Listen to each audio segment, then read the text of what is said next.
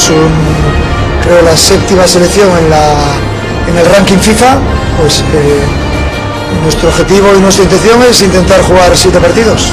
Ese sería un buen síntoma.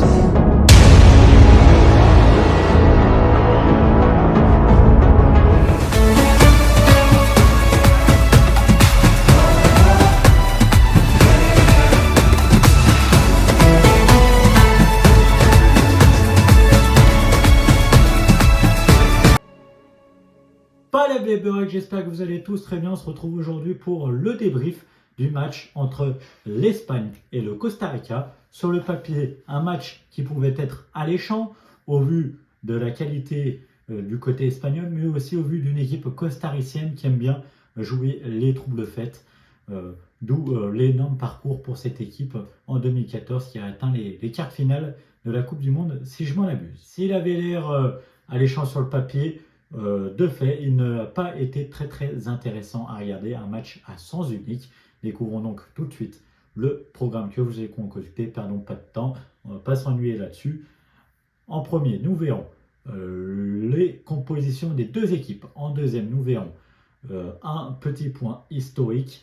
En troisième, nous verrons une analyse un peu chronologique, ça fait office de résumé, le classement, etc. Puis au final, les tops et les flops. Voilà. La composition des deux équipes, on commence par l'équipe qui reçoit entre guillemets l'Espagne, Unai Simon dans les cages, César Azpilicueta à droite, on retrouvera Jordi Alba à gauche, les deux défenseurs centrales dont un seul de métier, Aymeric Laporte et Rodri qui va venir dépanner aujourd'hui, un milieu de terrain à 3 avec Sergio Busquets en sentinelle. On retrouve nos deux Catalans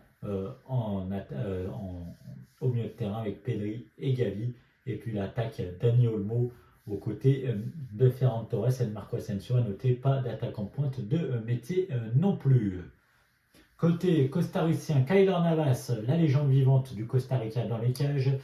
Et puis les 10 joueurs de champ sont Kesher Fuller, Celso Borges, Oscar Duarte, Anthony Contreras, Brian Oviedo, Jewison Bennett, Joel Campbell, lui aussi le très expérimenté costaricien, une légende aussi vivante, Francisco Calvo, Carlos Martinez et Yetsin Tejeda. A noter que sur le papier, c'est une défense à 5, mais ça sera plus réellement de fait une défense à 4. Le traditionnel point historique, il faut savoir qu'il est assez pauvre. Il y a beaucoup de rencontres inédites dans cette Coupe du Monde. Il n'y a aucune confrontation en match officiel avant ce match entre Espagnols et Costariciens. Il y a eu, à noter, quelques matchs amicaux. Le premier qui s'était soldé par un 2 partout, autrement il a toujours tourné en faveur des Espagnols et assez large. D'ailleurs, lors du dernier avec une victoire 6-0 en 2017. Donc les amis, découvrons la traditionnelle analyse en format chronologique pour faire office un peu de résumé, et c'est plus facile à comprendre. Donc on ne va pas perdre de temps, un match très pauvre, il faut le dire, et avec une physionomie assez attendue, même si on ne l'attendait pas à ce point-là. On s'attendait à des Costariciens en bloc bas, à des Espagnols en bloc très haut avec un jeu à la barcelonaise comme on dirait. On connaît la physionomie de jeu de Luis Enrique, c'est ce qu'on a eu. Sauf que sur le schéma, c'était une défense à 5 côté costaricienne. On aura sûrement plus une défense à 4. On va remonter Kesher Fuller au milieu de terrain et Contreras, celui qui ira accompagner Campbell sur le front de l'attaque. Côté espagnol, on joue sans numéro 9 de métier. On joue plus avec un 9,5 qui est Marcos Asensio, qui va venir chercher les ballons et qui va venir les remonter, qui va orienter le jeu, qui va avoir cette liberté d'aller un peu partout sur le terrain. Et c'est ça qu'on aime avec ce genre de joueur qui est pour moi Marco Asensio un peu trop sous-côté. J'ai pas dit sur, sous. Voilà. Donc sur ce début de match, on se dit c'est compliqué à se mettre en route côté costaricien. On laisse beaucoup d'espace entre les lignes, on ne resserre pas. On se dit ça pourrait peut-être aller mieux dans les minutes à suivre, mais non, la débâcle va commencer. Les Espagnols vont enchaîner, vont d'abord ouvrir le score, puis doubler la mise, puis le Costa Rica va concéder un penalty. Après ces 3 buts, toujours pas de réaction. On se dit, là, ils passent à côté de leur match. Peut-être qu'il y avait une trop grosse pression, etc. Même s'ils sont habitués, et puisque je disais en ouverture de cette vidéo, ils jouent souvent les troubles faits. Et on ne va pas reconnaître cette équipe costaricienne. Voilà. Après ce troisième but, un mini sursaut d'orgueil avec quelques montées, quelques déchets techniques côté espagnol. Attention, on aurait pu donner quelques cadeaux. Heureusement, le Costa Rica ne s'en est pas servi. D'abord, ils n'ont pas tiré à la cage du tout. C'est la stat qu'il faut savoir. On le verra tout à l'heure. Je ne sais pas si c'est déjà arrivé dans l'histoire de la Coupe du Monde qu'une équipe ne tire pas à la cage dans un match. Voilà. Et puis après, ça va s'enchaîner aussi. Toujours pas de pressing, ou en tout cas en retard. Et puis, il faut le dire, quand les Costariciens vont avoir leurs quelques mini sursauts d'orgueil, ils vont être très hauts. Ça va même être encore plus dangereux pour eux parce qu'avec les attaques rapides espagnoles, ça va à 2000 à l'heure. On se dit, il vaut mieux peut-être rester en bas et limiter le nombre de buts encaissés. Le match est plié ou presque. C'est ça qu'on va se dire dans la tête. Voilà. On va se dire aussi, parce que c'est quand même hallucinant, là, à chaque fois que les Espagnols vont venir dans les derniers mètres costariciens, ils vont scorer et ça va être une débandade. Au final, on se dit, vaut mieux que ça stoppe là, voilà, comme je le disais, essayer d'encaisser le moins de buts, faire tourner, pourquoi pas pour donner du temps de jeu à tout le monde, même côté espagnol pour donner du plaisir à tout le monde. C'est ce qui a été fait des deux côtés, tenter des nouvelles choses pour la fois prochaine, pour les matchs prochains. D'ailleurs, il faut passer à autre chose côté costaricien, donc autant tenter, le match est perdu. Voilà. Et puis, faire tourner aussi pour éviter certaines blessures bêtes alors que le sort du match est déjà scellé. Ça serait bête d'avoir des blessures pour rien du tout.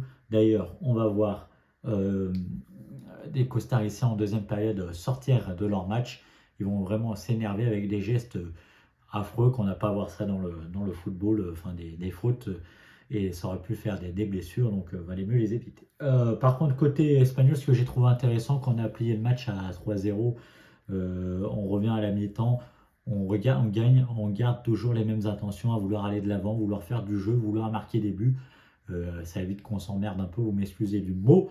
Et puis, c'est bien pour la confiance aussi de marquer, pour les stats, etc. Et puis, c'est une forme de respect de l'adversaire, de dire, bon, d'aller marquer le plus de buts et de dire, non, c'est bon, on va arrêter. Et puis voilà, on a vu ce qu'on voulait. Non, il faut continuer. Pour moi, c'est respecter l'adversaire.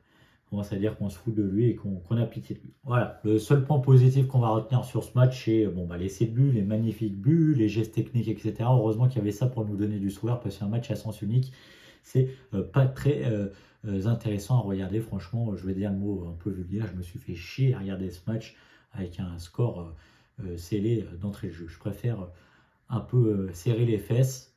Ok, quand on est supporter, c'est pas très drôle, mais c'est plus intéressant à regarder. Voilà.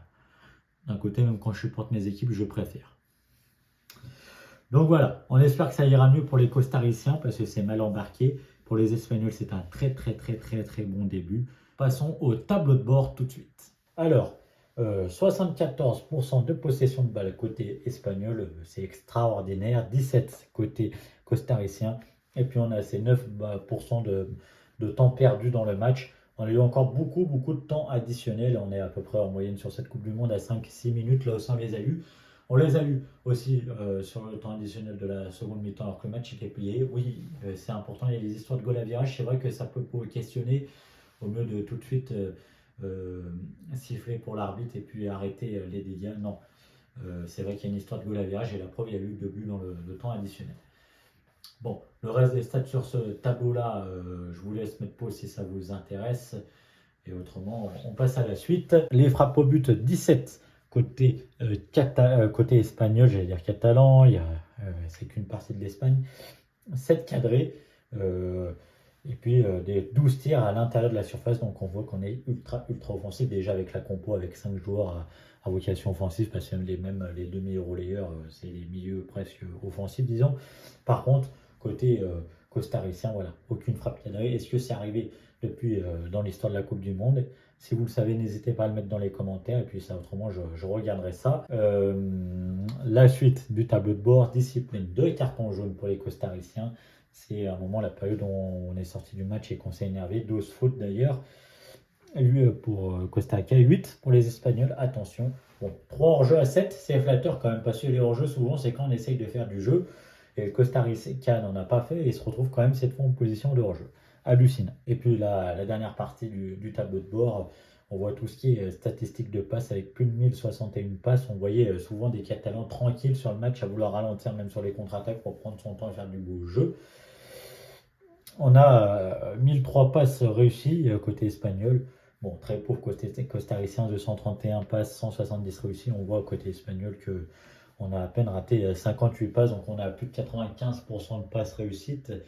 Dans ce match, on le dit, il faut au moins 90% pour gagner un match, en tout cas espéré. Deux centres réussis. Pas beaucoup de centres, mais c'est normal au vu de la composition et les renversements de jeu. Il y en a eu pas mal, c'est intéressant à les voir. 8, et ça emmenait des jolis buts. On n'en voit pas très souvent dans le foot moderne, mais là, ça a noté, j'adore les voir et heureusement qu'on les a eu. Côté coup de pied arrêté, 5 corners pour l'Espagne, 0 pour le Costa Rica. Bon, peut-être 0 corner dans un match pour une équipe, ça s'est vu en Coupe du Monde. On va avoir 18 coups francs pour l'Espagne, 11 pour le Costa Rica. Voilà pour ce tableau de bord. Bon, l'homme du match dans cette rencontre s'appelle Gavi. Bon, il n'y en avait pas un meilleur que l'autre côté espagnol. Ils ont tous fait un très bon match. Ça ne servait à rien vraiment d'en mettre un, mais on est obligé. Voilà, c'est pour les petites stats. Et on va découvrir tout de suite le classement de ce groupe. Donc le classement de ce groupe, l'Espagne est en tête, 3 points. Au goal à virage, bien évidemment, avec le Japon juste derrière aussi 3 points. La confrontation directe va être intéressante. Le Japon qui a créé une des surprises de cette première journée. Enfin, et la qualité côté japonais, c'est moins flagrant que Argentine, Arabie Saoudite, sans remuer le couteau dans la plaie pour les Argentins. Et puis sans des petites erreurs d'arbitrage qui auraient pu changer tout le match. On ne va pas se cacher derrière. Et donc Costa Rica, Allemagne, 0 points. Ça sent pas très bon pour l'Allemagne. Après l'Espagne, Allemagne de ce week-end, on en saura un peu plus. Si jamais le Japon gagne face au Costa Rica et que l'Allemagne perd, c'est fini. Une deuxième fois d'affilée, ça serait triste pour la nationale Manchester, pour cette grande nation historique du football. Les amis, découvrons les tops et les flops, c'est tout de suite. Donc le premier top, Marco Asensio. S'il n'a marqué qu'un seul but, le milieu offensif du Real Madrid a tout de même eu un impact dans le jeu de son équipe. S'il occupait sur la feuille de match le poste de numéro 9, il a dans les faits joué un rôle de numéro 10 ou de 9,5 comme on pourrait dire de nos jours. En effet, il a effectué énormément de décrochages et distribué les ballons. Il avait ce rôle de distributeur. Le deuxième top, Ferran Torres, double buteur lors de ses premières minutes en Coupe du Monde. Le Catalan était remarquable. Oui, beaucoup de joueurs espagnols, il y a eu une nouvelle génération, faisaient leurs premières minutes dans la plus grande des compétitions de football et de sport au monde. Puisque c'est l'événement le plus suivi, le sportif le plus suivi dans le monde. Le style de jeu proposé par la Roja a correspondu à merveille avec ses qualités et son style de jeu avec lequel il joue en club. En effet, ce style est identique à celui qu'il pratique au Barça avec Xavi, mais aussi avec celui qu'il pratiquait à Manchester City sous les ordres de José Pep Guardiola. C'est un jeu à la catalan, donc Guardiola, c'est aussi son jeu à lui. Le flop, on va pas remuer trop le couteau dans la plaie, puis autant tout mettre dans le même sac. La prestation costaricienne, carte finaliste en 2014, et costariciens font souvent figure d'épouvantail. Cette fois, non. Malheureusement, pour ce match d'ouverture, ils sont passés complètement à côté de leur match. C'est même des invisibles. Il n'y aurait pas eu les 11 joueurs, ça aurait été pareil. Voilà les amis, j'espère que la vidéo vous aura plu. Mettez un maximum de likes, abonnez-vous, commentez la vidéo. On se retrouve pour le débrief Belgique et Canada. Je vous dis à tout à l'heure. Allez, ciao, quiché le palais.